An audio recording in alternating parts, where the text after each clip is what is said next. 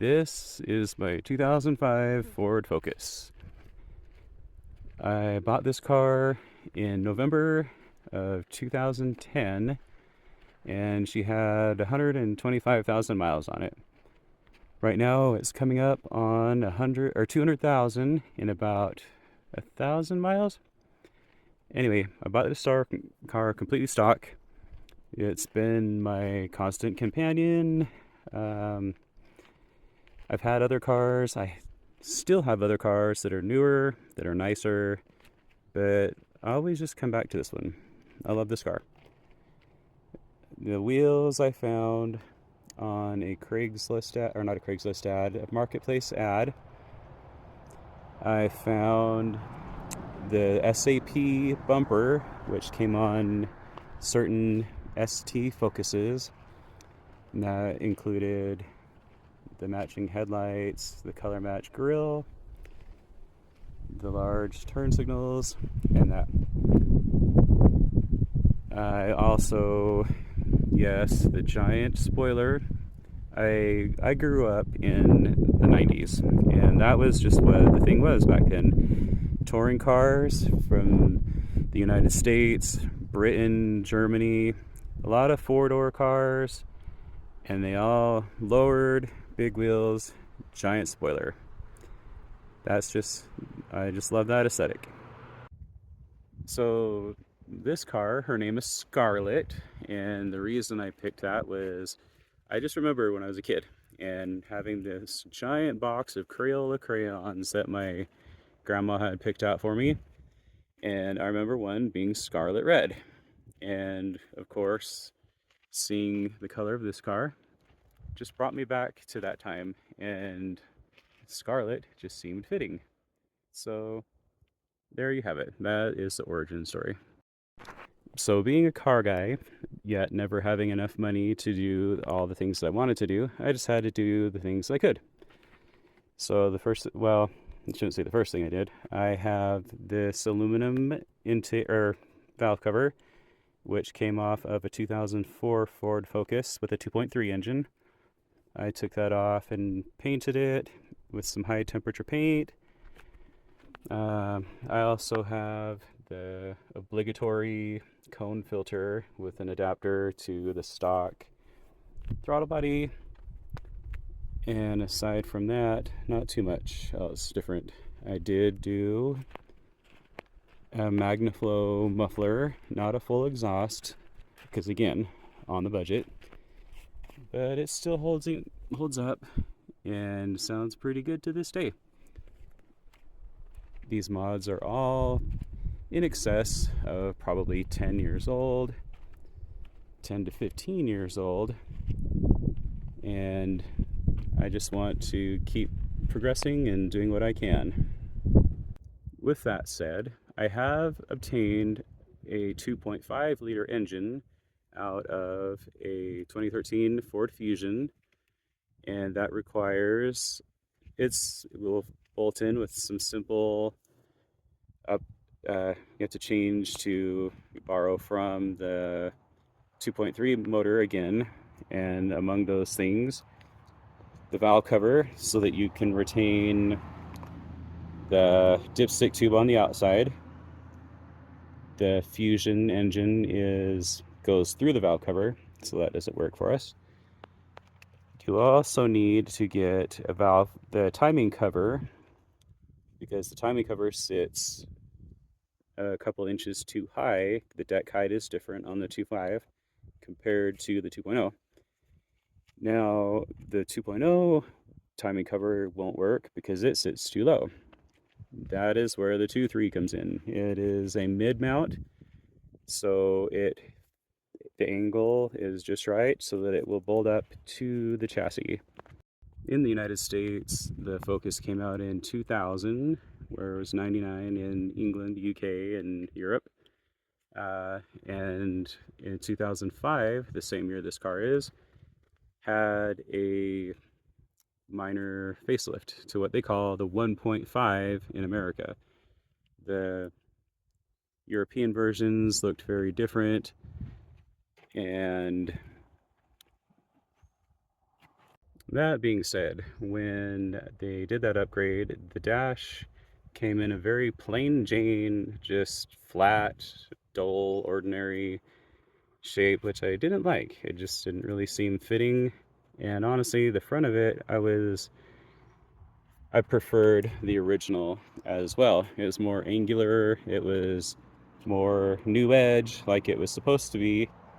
And so luckily that stuff could be changed. In the United States, the Focus came out in 2000, where it was 99 in England, UK, and Europe.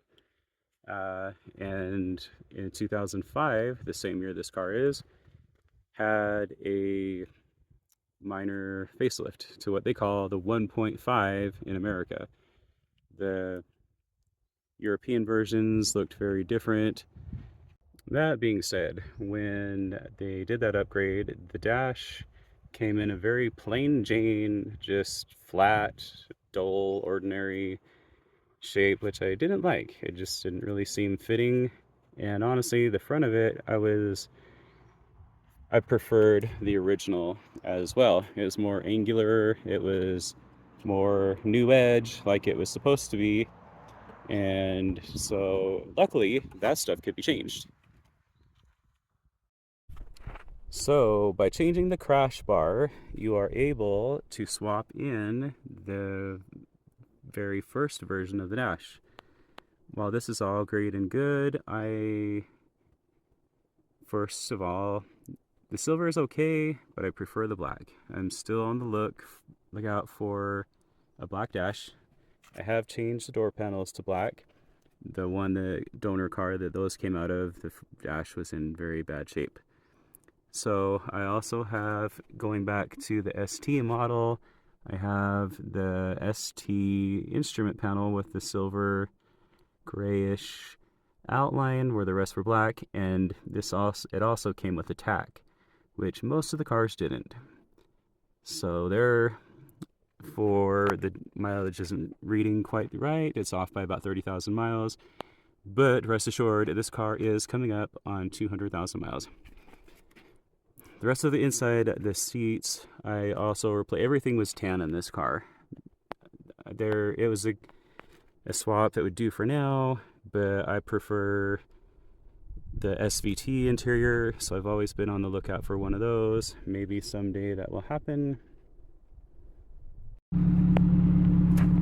In my opinion, the Duratec is a very reliable engine. I've done very little to keep it running, and it sounds decent with a simple MagnaFlow exhaust.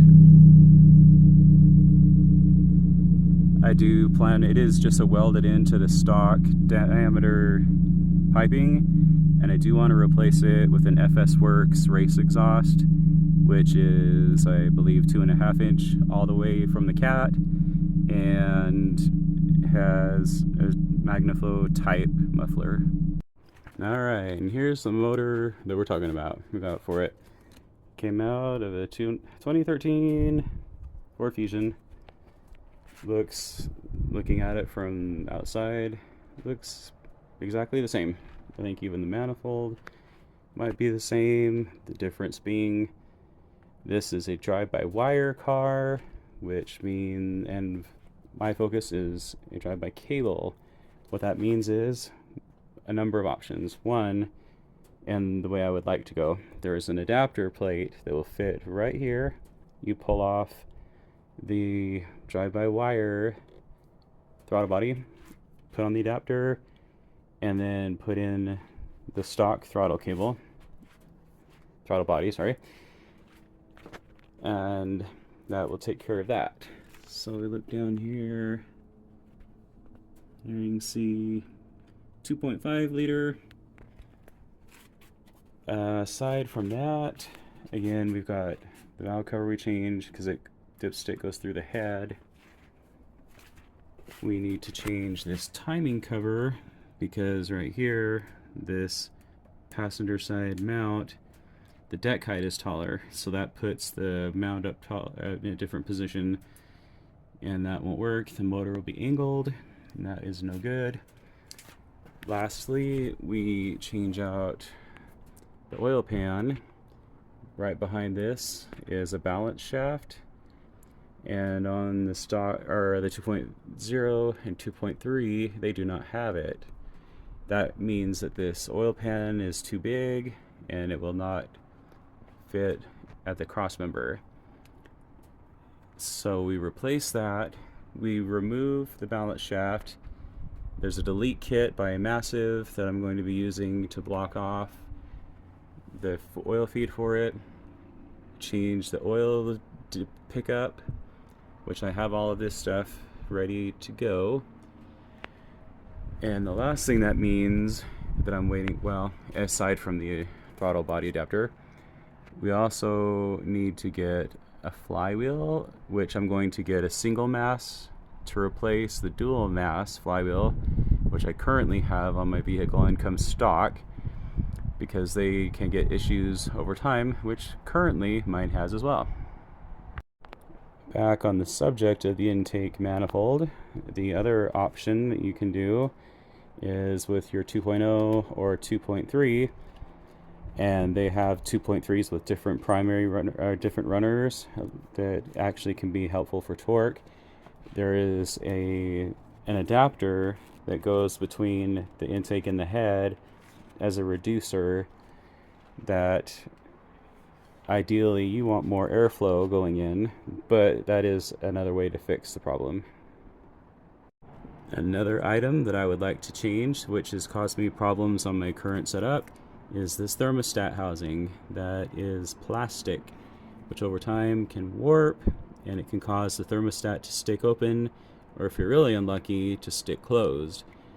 I have codes in my OBD2 that says mine is currently stuck open, so my plan, I believe it's Massive, also makes a replacement aluminum thermostat housing to take care of that.